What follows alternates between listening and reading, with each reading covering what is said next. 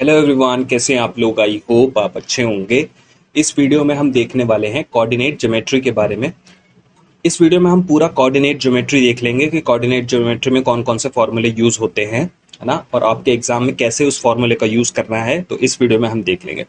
तो coordinate geometry में क्या होता है कि हम कोई भी पॉइंट्स के जो दो पॉइंट्स के बीच का एरिया हम जो है उसमें हम निकालते हैं।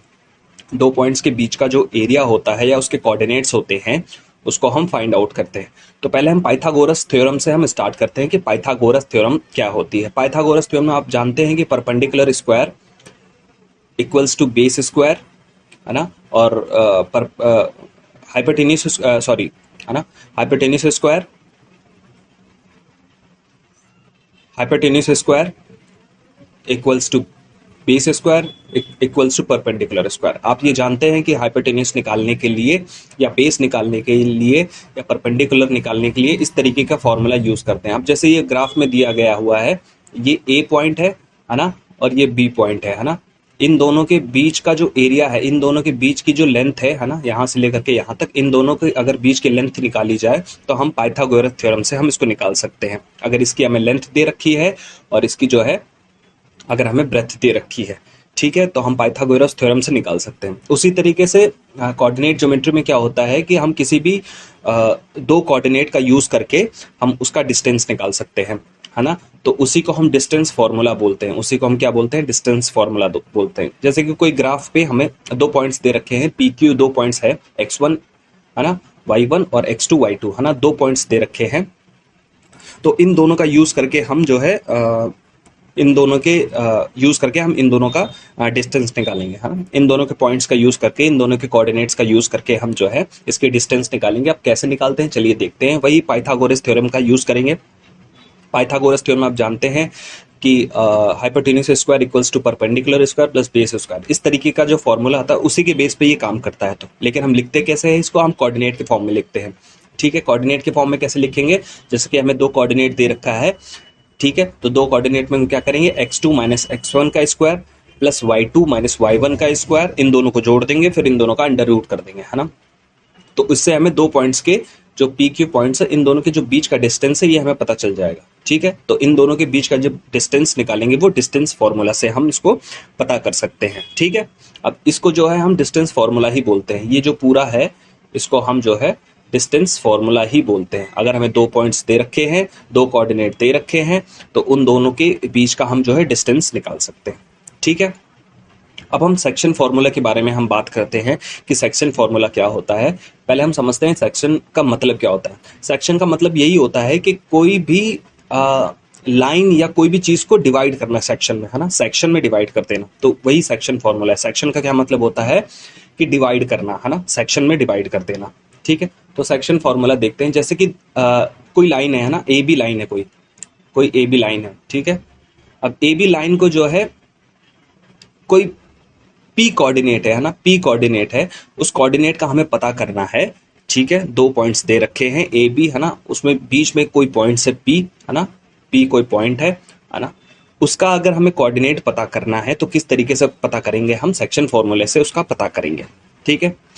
अब इसमें जो पी कोऑर्डिनेट हमसे पूछ रहा है, इन दोनों के बीच का जो है रेशियो दे रखा है, इन दोनों के बीच का जो है रेशियो दे रखा है एन और एम के फॉर्म में, है ना। एन और एम के फॉर्म में जो है इन दोनों के बीच का रेशियो दे रखा है कि इन दोनों के जो पी पॉइंट है ना, और ए बी के बीच में जो पी पॉइंट लाई कर रहा है, तो इन दोनों के बीच में जो रेशियो है वो एम और एन है, ठीक है। तो इन चारों का यूज करके, है ना, हम जो है पी के कोऑर्डिनेट निकाल देंगे। कैसे निकालेंगे? हम जो है सेक्शन फॉर्मूला का यूज करके निकालेंगे। सेक्शन फॉर्मूला कैसे लिखते हैं? जैसे एक्स कोऑर्डिनेट हमें निकालना है, पी का एक्स कोऑर्डिनेट निकालना है और वाई कोऑर्डिनेट निकालना है, तो हम कैसे लिखेंगे? M x two plus n x one upon m plus n, ये एक्स कोऑर्डिनेट निकल गया, ठीक है। फिर m y two plus n y one upon m plus n, ये जो है हमारा वाई कोऑर्डिनेट निकल गया। तो इस तरीके से हम पी का कोऑर्डिनेट हम निकाल सकते हैं सेक्शन फॉर्मूला के थ्रू, तो ठीक है, हमारा पी का कोऑर्डिनेट हमारा निकल गया, ठीक है। अब एक क्वेश्चन से हम इसको समझ लेते हैं कि किस तरीके से एग्जाम में क्वेश्चन आएंगे आपके, ठीक है। हमें दो पॉइंट्स दे रखे हैं, जैसे मान लीजिए -7 -1 और 7, ये एक पॉइंट है, 4 -3 ये दूसरा पॉइंट है, ठीक है। इसको जो है 2 3 रेशियो में कट कर रहा है, इसको 2 और 3 रेशियो में कट कर रहा है। जैसे कि ये दो लाइन, एक लाइन है, एक पॉइंट ये है, एक पॉइंट ये है, हमें बीच वाला जो कोऑर्डिनेट हमें निकालना है, मान लीजिए इसको पी नाम दे देते हैं। इन दोनों के जो बीच का रेशियो है वो 2:3 है, रेशियो है, ठीक है, इन दोनों का रेशियो ये है। तो वही हम सेक्शन फॉर्मूला में लगा देंगे। हमारा m कितना है, 2 है, और हमारी जो x2 कोऑर्डिनेट है वो 4 है, ठीक है। हमारा n कितना है, 3 है, और x1 जो है हमारा -1 है, ठीक है, अपॉन 2 + 3 मतलब m + n कर देंगे तो ये 5 आ जाएगा, ठीक है। इस तरीके से हमारा x कोऑर्डिनेट निकल गया। अब हमें y कोऑर्डिनेट निकालना है, तो y कोऑर्डिनेट के लिए आप जानते हैं कि m इंटू y2, ठीक है, m into y2 plus n into y1, ठीक है, अपॉन 5 मतलब m + n, ठीक है। इस तरीके से लिख देंगे। जब इन दोनों को सॉल्व करेंगे तो ये आ जाएगा हमारा कोऑर्डिनेट 1 और 3, है ना, हमारा कोऑर्डिनेट हो जाएगा 1 और 3। देन वही मिड फार्मूले की बात करते हैं। मिड पॉइंट फार्मूला क्या होता है? मिड पॉइंट फार्मूला वही सेम सेक्शन फार्मूला होता है, लेकिन जो हमारा पॉइंट होता है पी पॉइंट, जो हमारा पी पॉइंट होता है वो एग्जैक्टली मिड में होता है। जो ए बी जो पॉइंट है ना, ए बी कोई दो पॉइंट है, इसके एग्जैक्टली बीच में होता है, बीचों बीच। तो अगर बीचों बीच होगा तो ये दोनों जो रेशियो होगा ये भी सेम होगा, है ना। अगर मान लीजिए ये लेंथ 1 है तो ये भी 1 होगी, ये अगर 2 है तो ये भी 2 होगी। तो इसलिए हम दोनों को सेम रख लेते हैं ना, m और m लिख लेते हैं, ठीक है। p हमारा पॉइंट है, ये जो है बिल्कुल मिड में है। तो हम p का कोऑर्डिनेट पता करने के लिए हम कौन सा फार्मूला लगाएंगे? मिड पॉइंट फार्मूला लगाएंगे। वो एग्जैक्टली जो है सेक्शन फार्मूला की तरह ही होता है, लेकिन उसमें जो m और n होता है, लेकिन इसमें m जो है सेम है, ठीक है। तो देखिए हम कैसे निकालते हैं इसमें p का कोऑर्डिनेट। जैसे x कोऑर्डिनेट हमें निकालना है, तो x कोऑर्डिनेट के लिए हम m, है ना, into x2 plus m into x1, ठीक है, प्लस m कर देंगे, ठीक है। वही सेक्शन फॉर्मूला में उस तरीके से हमने अप्लाई कर दिया, ठीक है। वही अगर y कोऑर्डिनेट निकालना है हमें, तो m y2 plus m y1 upon m plus m, ठीक है। इस तरीके से हमारा y कोऑर्डिनेट निकल गया, है ना। फिर इसके बाद हम m और m को हम कॉमन ले लेंगे। जब m और m को कॉमन ले लेंगे तो ये कट हो करके हमारा x2 प्लस x1 अपॉन 2, ठीक है, y2 प्लस y1 अपॉन 2। इस तरीके से जो है हमारा दो कोऑर्डिनेट निकल के आ जाता है x और y का।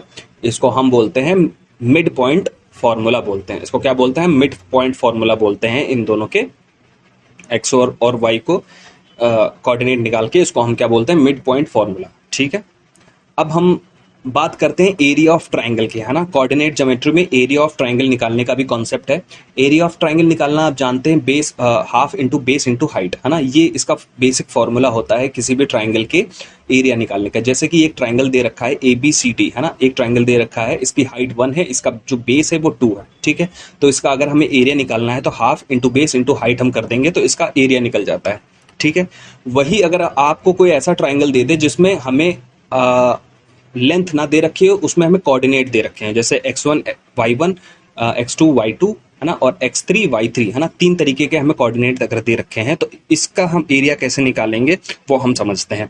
इसका एरिया निकालने के लिए एरिया ऑफ ट्राइंगल कैसे निकालेंगे इस तीनों कोऑर्डिनेट का? हम क्या करेंगे? 1/2 करेंगे, ठीक है। 1/2 कर दिया हमने, वही वाला ट्राइंगल का फॉर्मूला, ठीक है।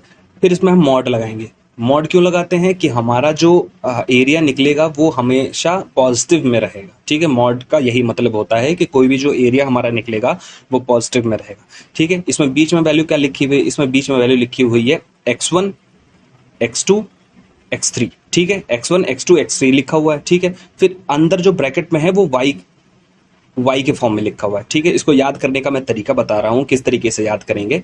जो बाहर लिखा हुआ है वो x1 x2 x3 लिखा हुआ है, फिर ब्रैकेट के अंदर जो है y लिखे हुए हैं, है ना, y के टर्म लिखे हुए हैं, ठीक है। अब y के टर्म को कैसे याद करेंगे? इस तरीके से याद करेंगे, 1 2 3, है ना, 1 2 3 इस तरीके से याद करेंगे। जैसे कि x1 है तो इसके बाद 2 आएगा, फिर 3 आएगा, मतलब y2 माइनस y3, ठीक है। फिर वही x2 है तो x2 के बाद क्या आएगा? y3 माइनस y1, ठीक है। फिर वही x3 है ना, तो x3 के बाद क्या आएगा? x3 के बाद आ जाएगा y1 माइनस y2, ठीक है। इस तरीके से, जैसे 1 के बाद 2 आएगा, 2 के बाद 3 आएगा, 3 के बाद फिर 1 आ जाएगा। तो इस तरीके से आपके ये याद कर सकते हैं, है ना। ये ट्रिक से आप याद कर सकते हैं, नहीं तो आप डायरेक्टली आप इसको याद कर सकते हैं कि हाफ इंटू x1 ब्रैकेट में y2 minus y three plus x2 y3 minus y1 plus x3 y1 minus y2, है ना। इस तरीके से आपको जो है कोई भी कोऑर्डिनेट दे रखे हैं, 3 कोऑर्डिनेट, उसका अगर एरिया निकालना है तो आप जो है एरिया ऑफ ट्राइंगल का फॉर्मूला लगा करके उसका आप एरिया निकाल सकते हैं, ठीक है। जो भी एरिया आएगा वो पॉजिटिव में आएगा। मान लीजिए आपकी एरिया आ जाता है मान लीजिए एरिया आ जाता है -5, ठीक है, -5। अगर इसमें मॉड लगा हुआ ऑलरेडी पहले, तो अगर इसमें मॉड लगा देंगे तो इसका एरिया क्या आ जाएगा, 5 आ जाएगा। तो हमेशा जो एरिया आएगा आपका जो है पॉजिटिव में ही आएगा, है ना, ठीक है। तो इस तरीके से जो है हम एरिया ऑफ ट्राइंगल निकाल सकते हैं कोऑर्डिनेट ज्योमेट्री में। So thank you.